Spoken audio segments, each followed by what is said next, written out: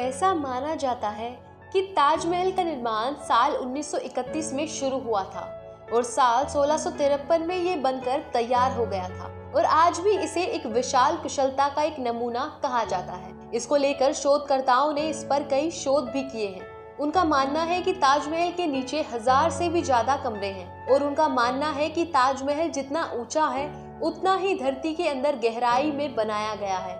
जिस जमाने में ताजमहल को बनाया गया था उस जमाने में किले से बाहर निकलने के लिए रास्ते भी बनाए जाते थे और ऐसा ही ताजमहल के नीचे भी एक रास्ता है जो कहीं बाहर निकलता है। लेकिन ताजमहल की रहस्यमयी तहखानों की तरह उस रास्ते को भी शाहजहां के समय से ही बंद करा दिया गया था। आपको जानकर ये जरूर हैरानी होगी कि ताजमहल का रंग बदलता है। इसके निर्माण में 28 किस्म के पत्थरों का प्रयोग किया गया था। ये पत्थर बगदाद, अफगानिस्तान, तिब्बत, मिस्र, रूस, ईरान आदि कई देशों के अलावा राजस्थान से भी मंगवाए गए थे। इन पत्थरों का ही कमाल है कि ताजमहल सुबह गुलाबी, दिन में सफेद और पूर्णिमा की रात को सुनहरा नजर आता है। ऐसा माना जाता है कि ताजमहल पर सूरज और चांद की रोशनी के कारण होता है। ऐसा भी कहा जाता है कि ताजमहल के निर्माण के समय भूत और जिन्न इसकी नींव नहीं रखने दे रहे थे। वे बार बार इसे ध्वस्त कर रहे थे और मजदूरों को डराकर भगा देते थे।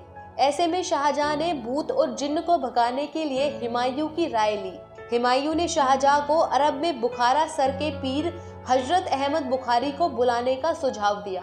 इसके बाद शाहजहां के हाथों नींव रखवाने का काम शुरू कर दिया गया था और तब कहीं जाकर इसका निर्माण हुआ था। साल 1934 में दिल्ली के एक निवासी ने दीवार पर एक छेद के जरिए ताजमहल के अंदर जो तहखाने में कमरे थे उन्हें झांक कर देखा था। उस आदमी ने देखा कि कमरों में स्तंभों से बना एक हॉल है और वो स्तंभ हिंदू देवी देवताओं की मूर्तियों से भरे पड़े थे, जिसे देखकर लगता है कि हिंदू मूल को छुपाने का पूरा प्रयास किया गया था। इसको लेकर वहाँ के स्थानीय लोगों का भी मानना है कि ताजमहल एक हिंदू मंदिर था जो तेजो महल के नाम से प्रसिद्ध था और बाद में जिसे ताजमहल का रूप दिया गया था। लेकिन सच्चाई क्या है आज तक कोई नहीं जानता। वही आज भी किसी को नहीं पता कि भारतीय पुरातत्व सर्वेक्षण ने ताजमहल के अंदर 22 कमरों को इसलिए बंद रखा है ताकि इन कमरों में छुपी सच्चाई के चलते भविष्य में कोई दंगे न हो जाएं। और ताजमहल से जुड़ी सबसे मजेदार बात यह है कि दिल्ली में स्थित कुतुब मीनार नाम की इमारत को, जिसे हम सब सबसे ऊंची इमारत के नाम से जानते हैं, ताजमहल उससे भी ऊंचा है।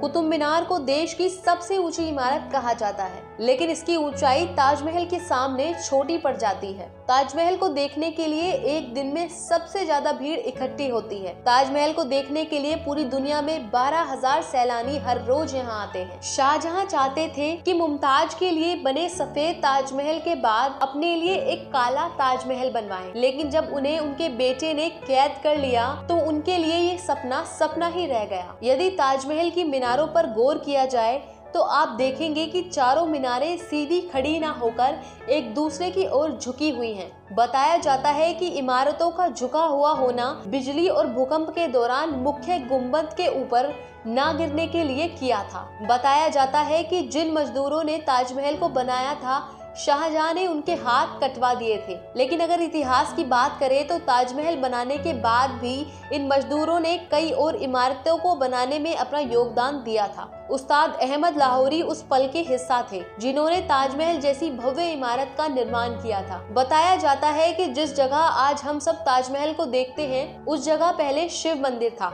जिसका नाम पहले तेजू महल था और उस पर छत से टपकने वाला पानी शिव जी के शिवलिंग पर बूंद बूंद करके टपकता था। कहानी ये भी है कि जब शाहजहां ने सभी मजदूरों के हाथ काट दिए जाने की घोषणा की थी, वो इसलिए कि ऐसी इमारत फिर नहीं बन पाए, तो मजदूरों ने छत पर एक छेद छोड़ दिया था ताकि शाहजहां का सपना पूरा ना हो सके। ताजमहल के कैंपस में लगे हुए सारे फव्वारे एक साथ ही काम करते हैं और सबसे आश्चर्य करने वाली बात यह है कि ताजमहल में लगा हुआ कोई भी फव्वारा किसी भी पाइप से जुड़ा हुआ नहीं है। ये तो सभी जानते हैं कि मुमताज शाहजहां की पत्नी थी, लेकिन शायद ये कोई नहीं जानता कि मुमताज शाहजहां की तीसरी पत्नी थी। शाहजहां के 14वें संतान को जन्म देते हुए उनका निधन हो गया था और उनकी याद में शाहजहां ने ताजमहल बनवाया था। वही ताजमहल को लेकर कई कहानियां सामने आ रही हैं, जिनके अनुसार ताजमहल के अंदर नीचे तहखाने में कीमती खजाने हो सकते हैं, क्योंकि मेटल डिटेक्टर से इसके नीचे कई तरह की धातुओं की पुष्टि हो चुकी है। वहीं आर्कियोलॉजिस्ट का मानना है कि इसके अंदर कई ऐसी ऐतिहासिक दस्तावेज भी हो सकते हैं जो हमारे इतिहास तक को भी बदल सकते हैं।